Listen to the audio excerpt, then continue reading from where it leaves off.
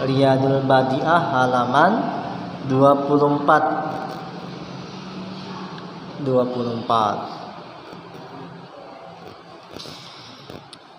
Babu salatil jamaati. Ini bab menerangkan sembahyang berjamaah.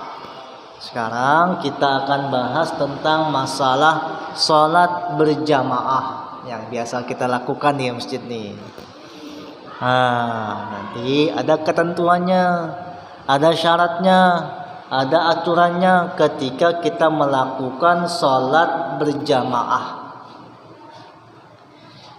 Bermula, sembahyang berjamaah itu fardu kifayah. Salat jamaah itu adalah fardu kifayah, kewajiban dalam konteksnya tertentu, ya. Kepada orang kampung atau orang kota ahli negeri yang telah menjadi ahli wajib. Tuh. Jadi satu kampung, satu daerah, satu kawasan harus ada yang melakukan sholat berjamaah. Wajib ya, tuh harus ada. Misalnya satu RT itu ada tuh harus yang melaksanakan sholat berjamaah. Terus di tempat lain juga begitu. Terus di tempat begitu. Jadi ada satu kawasan tertentu yang harus melakukan sholat berjamaah. Atau satu kota, satu desa harus ada yang melakukan sholat berjamaah. Jangan sampai tidak ada yang melakukan sholat berjamaah. Kalau tidak ada yang melakukan sholat berjamaah, maka dosa tuh satu kampung itu tuh. Karena tadi hukum sholat berjamaah itu ialah fardu kifayah, ya. Jadi satu kampung harus ada yang melakukan sholat berjamaah. Seperti laki-laki yang akil, laki-laki yang ada akalnya. Orang yang nggak ada akalnya nggak boleh melakukan sholat berjamaah. Orang gila sholat, ngapain? Balik orang laki-laki yang berakal balik. Lagi merdeka, bukan seorang budak. Yang melakukan sholat berjamaah adalah yang pertama laki-laki, kedua berakal, ketiga sudah balik, dan yang keempat ialah orang yang merdeka. Artinya yang tidak terikat dengan satu namanya ialah perbudakan.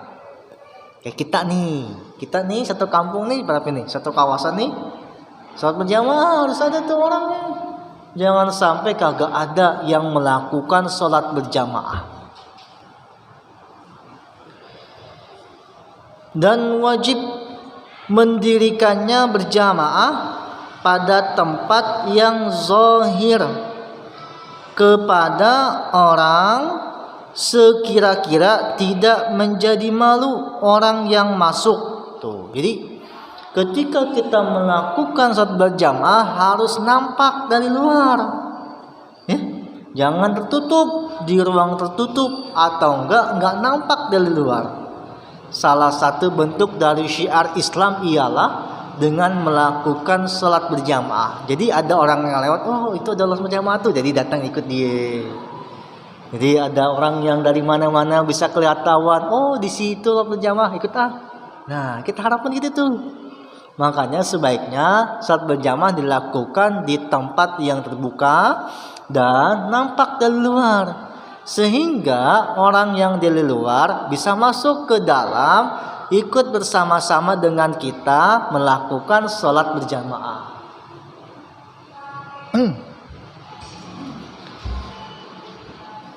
Demikian lagi, cukup pada kampung yang kecil mendirikan berjamaah pada satu tempat.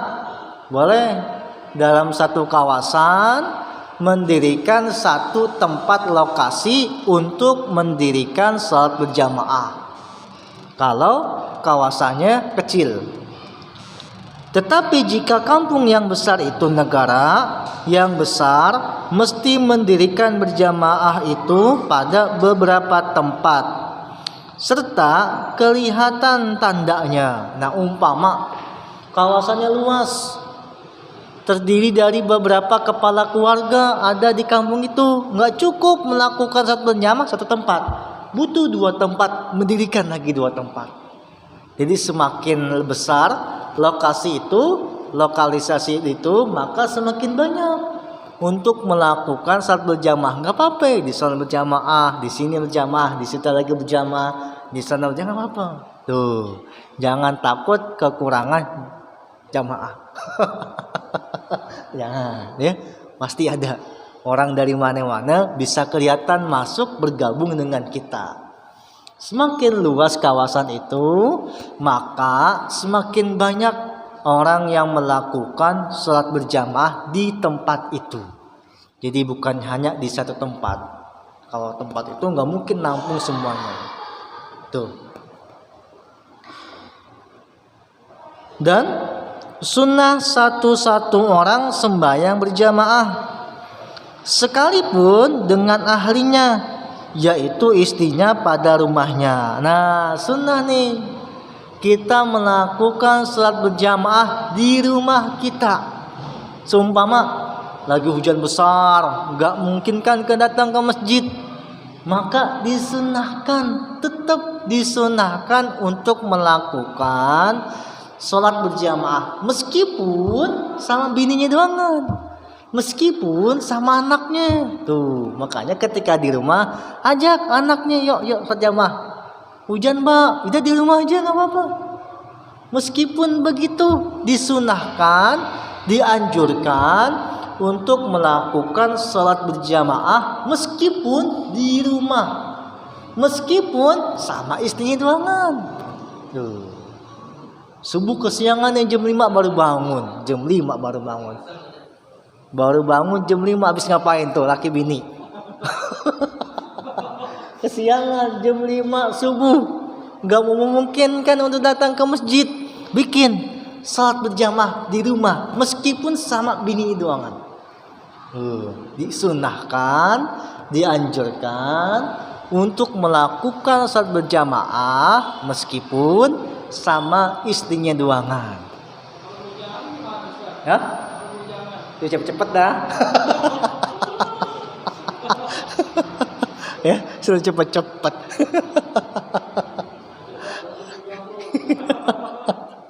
Suruh cepet-cepet. Hah? Nyari pasangan lagi, nyari dah. Mudah-mudahan cepet. Nah, ya. Tuh, sholat berjamaah. Bermula syarat berjamaah yaitu ada 9. Ada 9 yang harus terpenuhi sebelum melakukan sholat berjamaah. Pertama, wajib kepada makmum niat berjamaah atau niat makmum. Wajib ya nih. Usolli fardal maghribi makmuman. Wajib tuh dibaca tuh. Makmumannya wajib dibaca. Ya? Kalau jadi makmum wajib membaca makmuman lillahi ta'ala. Wajib ya. Jangan sampai ketika kita saat berjamaah kagak dibaca makmumannya. Awas, hati-hati. Kecuali imam. Si imam boleh kagak baca imaman. Kalau si imam kagak baca imaman, maka dia tidak mendapatkan pahala berjamaahnya, tapi jamaahnya tetap sah. Kalau si imam membaca berjamaah, imaman dibaca, maka si imam akan mendapatkan pahala berjamaahnya. Rugi jadi si imam, tapi tetap sah jamaahnya, tetap sah berjamaah. Nah, kalau kita makmum wajib membaca makmuman, wajib ya baca makmuman. Jangan kita nggak baca makmuman. Ya. Usolli fardal isya'i makmuman, wajib tuh dibaca tuh. Ya. Usolli fardal subhi makmuman, diwajib dibaca tuh makmumannya tuh. Ya. Jangan sampai kelupaan atau sengaja nggak dibaca. Kalau nggak dibaca, maka tidak sah berjamaahnya dia itu orang. Kedua, mengetahui kepada perbuatan imam. Kita sebagai makmum nih harus tahu si imam. Imam lagi ruku, Allahu Akbar. Oh, lihat. Cara tahu kita yang pertama ialah dengan melihat imam. Lihatan imamnya. Oh, ruku. Oh, sujud. Oh, itidal. Jadi lihat dengan mata kepalanya perbuatan si imam. Imam lagi ngapain jadi tahu. Imam lagi ini tahu. Imam lagi ini tahu. Ya, wajib kita sebagai makmum tahu gerakan imam. Cara tahunya yang pertama ialah dengan cara melihat imam. Yang kedua, kita nggak kelihatan di pojokan sono di belakang tembok. Cara tahunya ialah dengan mendengar ucapan imam. Allahu Akbar. Oh, Allahu Akbar nih. Sami Allahu liman hamidah. Oh, tidak. Tahu dengan cara mendengar ucapan si imam. Yang ketiga, cara tahu kita si imam ialah dengan melihat makmum yang ada di depan kita. Oh, depan kita lagi ruku, pasti imam lagi ruku. Oh, depan kita lagi sujud, oh si imam pasti lagi sujud. Jadi tahunya begitu. Yang jelas bahwasanya kita sebagai makmum harus tahu gerakan si imam. Jangan sampai kita lagi makmum nggak tahu, bengong sono bengong sini, ngapain ya. Jangan sampai kita ngelamun ketika kita sholat. Ya? Hah? Jamaahnya buta tuli, nggak bisa melihat, nggak bisa mendengar. Hah?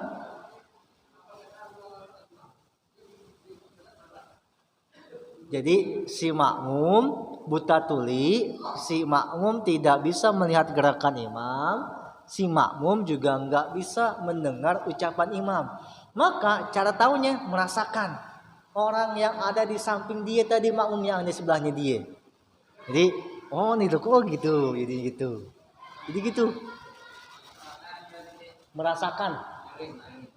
Merasakan orang yang di sampingnya dia pegang. Biasanya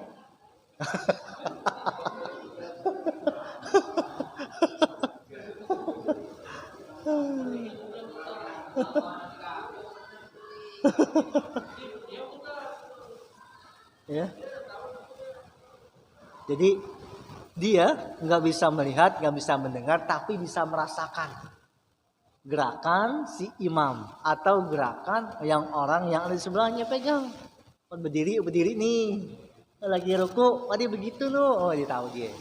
Jadi merasakan gerakan si makmum yang ada di depan dia atau di belakang dia. Tuh, itu yang kedua ya, wajib tahu. Ketiga, mesti mengikuti kepada imam pada sekalian perbuatannya. Wajib diikutin perbuatan imam. Perbuatan-perbuatan yang ada dalam sholat, ya. Perbuatan-perbuatan yang ada dalam sholat. Imam lagi ruku, kita ruku. Imam lagi sujud, jangan kita ruku. Ngapain? Tinggalan. Harus tahu, harus ikutin semua gerakan imam. Tetapi gerakan-gerakan yang ada dalam sholat. Jangan sampai imam garuk kita ikut garuk. Jangan tuh. Imam lagi berdiri peci, peci juga. Jangan. Tetapi gerakan-gerakan yang ada di dalam sholat, ruku, tidak, ikutin gerakan si imam. Jangan sampai kita berbeda sama gerakan imam. Jangan sampai tuh kita berbeda sama gerakan imam.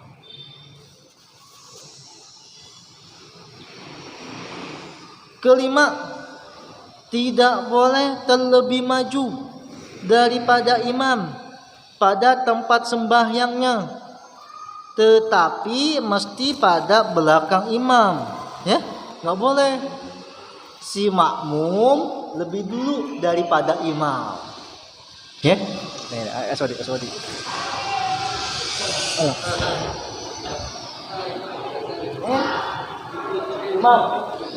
Imam ya, makmum, jangan sampai si makmum sini.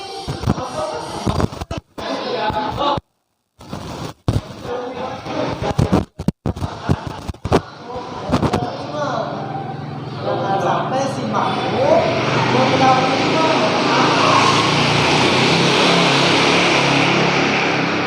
Ada di depan.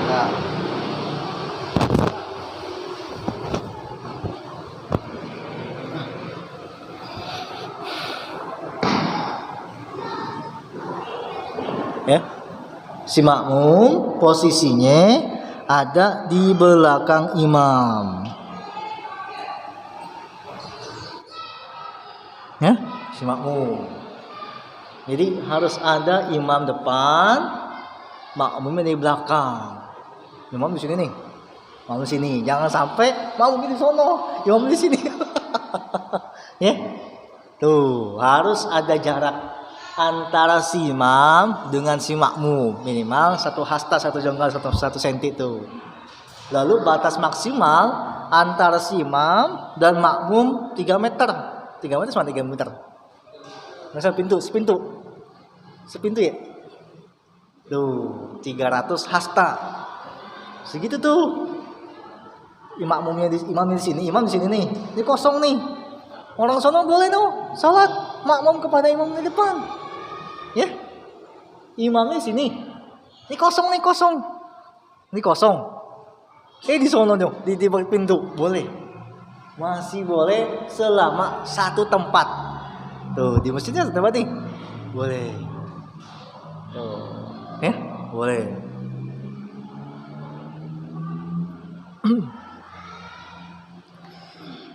Keenam, tidak boleh mendahului kepada imam di dalam ruku, sujudnya, atau pada lain-lainnya, dan tidak boleh sangat terbelakang seperti ketinggalan 2 rukun. Tidak ada uzur. Jangan sampai ya kita ketinggalan dengan si imam. Nah, sorry lagi nih.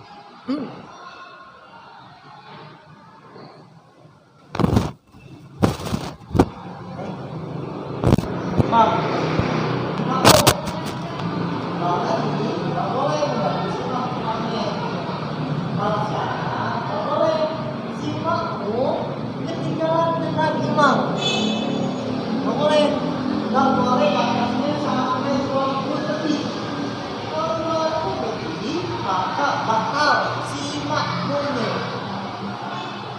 Sorry, pada maghrib imaman. Allahu Akbar.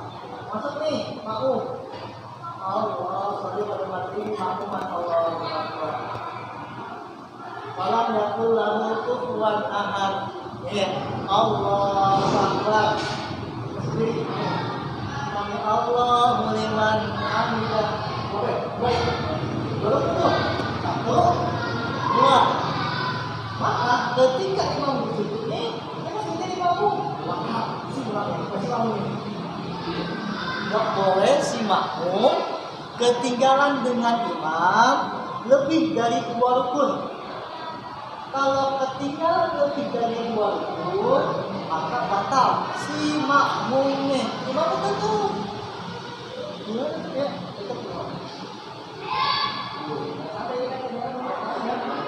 Ya.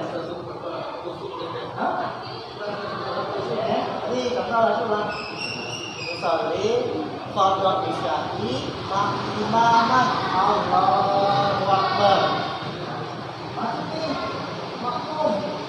Usolli fardhu isya'i makmuman. Ada wajib benar ya. Allahu Akbar. Imam cepat bacanya.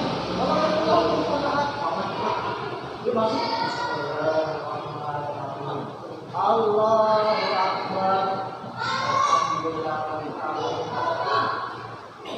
Kami Allahu liman hamidah iyyaka na'budu wa iyyaka nasta'in. Maka ketika setelah itu waktunya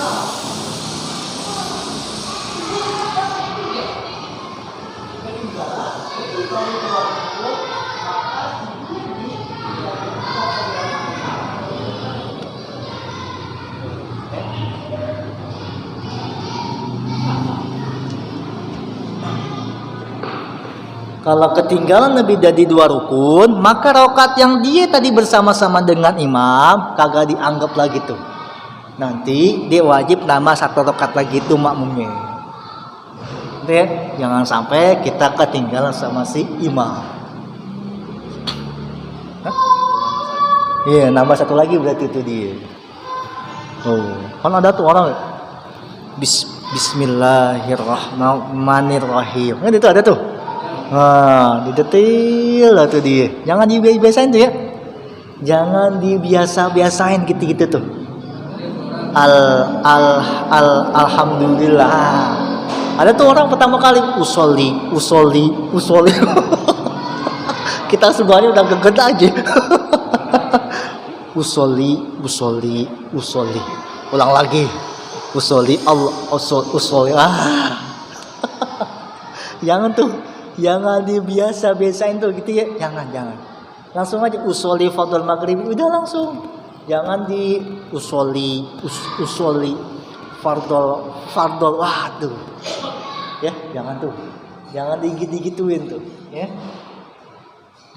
Kita jangan sampai si makmum ketinggalan sama si imam.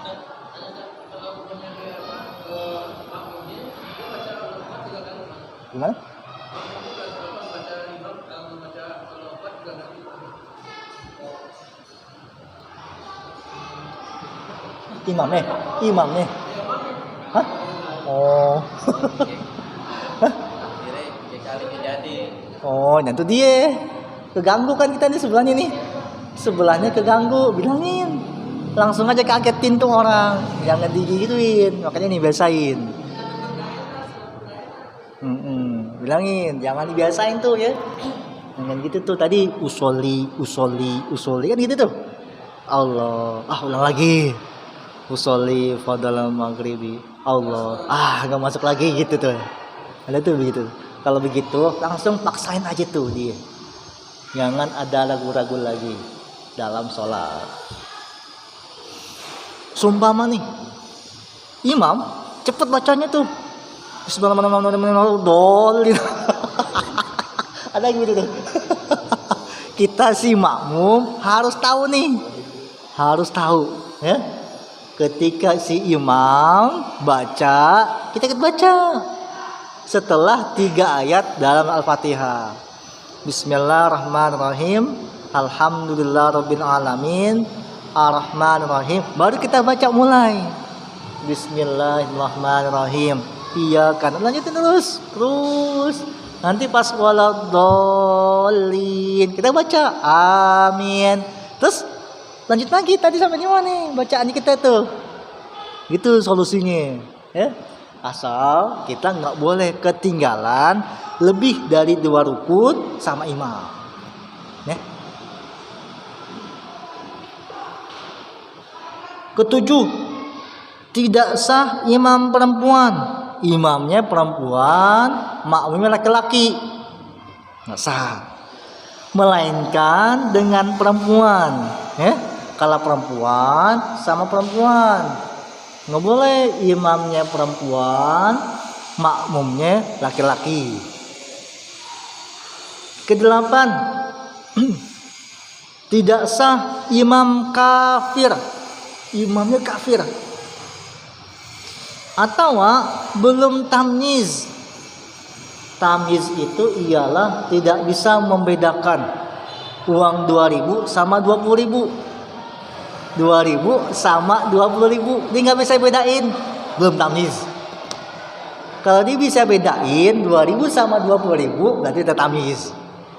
Ya, anak kecil, kita kasih nih duit nih 20.000, kita kasih 2.000, bohong. Berarti udah tamyiz tuh dia, berarti dia udah tamyiz. Nah, apalagi 100.000 beda warnanya.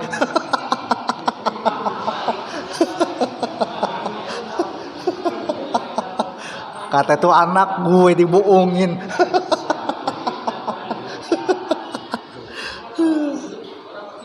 Iya, tuh maknya kali tuh.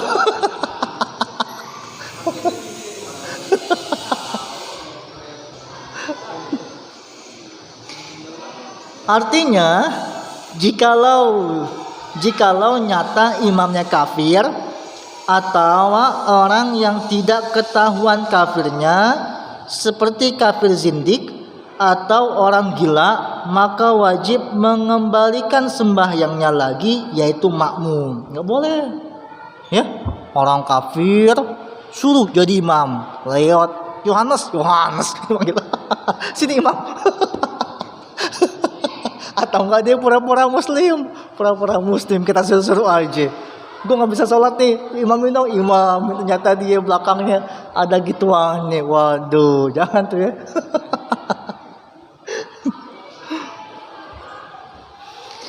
Kesembilan, tidak sah orang yang menggantikan huruf daripada Fatihah dengan huruf yang lain.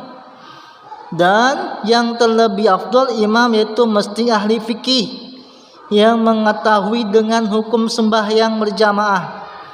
Dan paling baik-baiknya turunannya dan sifat-sifatnya. Tuh pemilihan imam. Wah, seleksi imam nih. Nanti mungkin di Kementerian Agama MUI nerbitin surat edaran sertifikasi imam. Wah.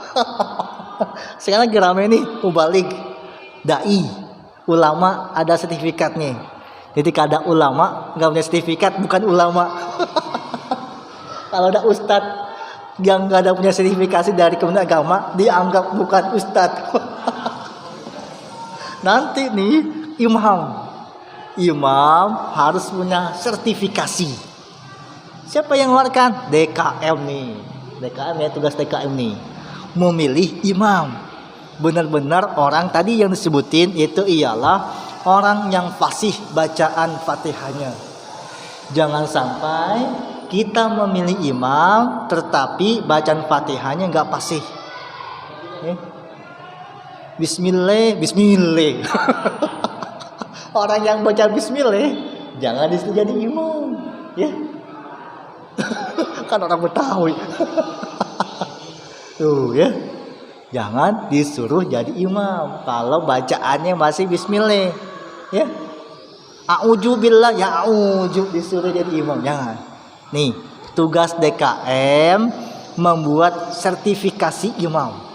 Jangan sampai DKM salah pilih imam. Kalau salah pilih imam, fatal, jamaah batal tuh semuanya. Tanggungnya apa? DKM masjid. Tuh, mau tanggung tuh. Wah, maka dari itu harus yang pertama ialah orang yang fasih bacaan Fatihahnya. Yang kedua, ialah ahli fikih, orang yang paham tentang masalah fikih. Hukum salat itu apa? Fardu salat itu apa aja? Sunnah salat itu apa? Harus tahu imam. Jangan sampai modal tampang, modal baju jadi imam. Modal tampang, modal baju jadi imam. Datang ke masjid pakai sorban, wah pantas tadi imam nih. Jangan ya. Tuh. Terus yang ketiga ialah kredibilitas dari situ imam. Ya, perbuatannya, sifatnya, jangan sampai kita salah pilih untuk menjadi seorang imam. Ya, nih tugas TKM nih yang harus memilah dan milih, atau bahasa sekarang kerennya itu membuat sertifikasi imam. Jangan sampai kita mengangkat imam ternyata bacaan Fatihahnya fatal. Ternyata dia nggak paham hukum satu kayak gimana. Kalau lupa bacaan tuh kayak gimana. Kalau ini gimana. Jangan sampai kita gitu. Awas, awas ya. Banyak kejadian tuh. Lagi sholat nih. Idul Fitri kan 7 kali tuh. Allahu Akbar. Imamnya lupa rakaat kedua. Baca takbir 5 kali lupa. Allahu Akbar. Lupa si imam. Akhirnya imamnya balik badan. Maaf jamaah, ulang lagi sholatnya. Jangan sampai kita begitu tuh. Kan makanya jangan sampai kita salah memilah dan memilih imam. Awas. Tanggung jawab DKM yang harus mensortir, yang harus menseleksi siapa nih yang patut menjadi imam. Dibikin jadwalnya, hari ini siapa, terus subuh imamnya siapa, zuhur imamnya siapa, asar imamnya siapa. Jangan sampai seharian imamnya dia mulu. Seharian imamnya dia. Pilih-pilih itu ya. Kita harus begitu. Wallahu a'lam bissawab. Rabbi zidni ilma. Al-Fatihah. Alhamdulillah.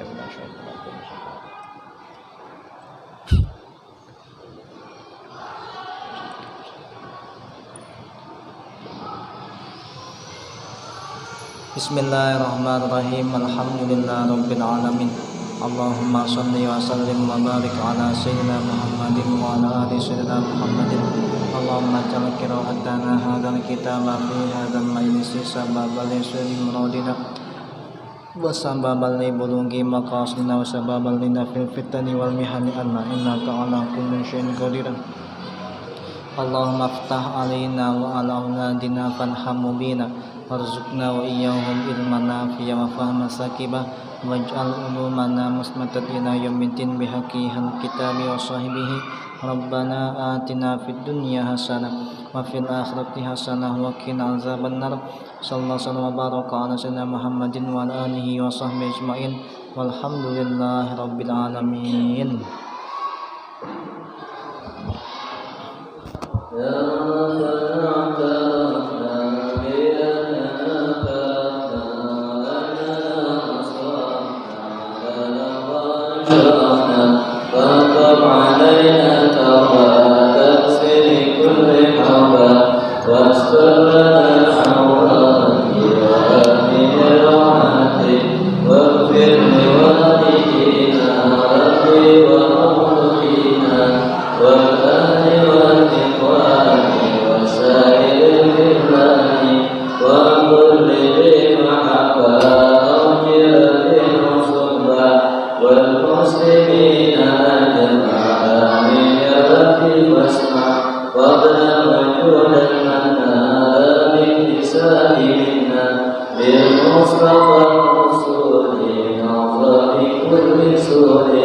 صلى وسلم ربي عليه حتى الحبيب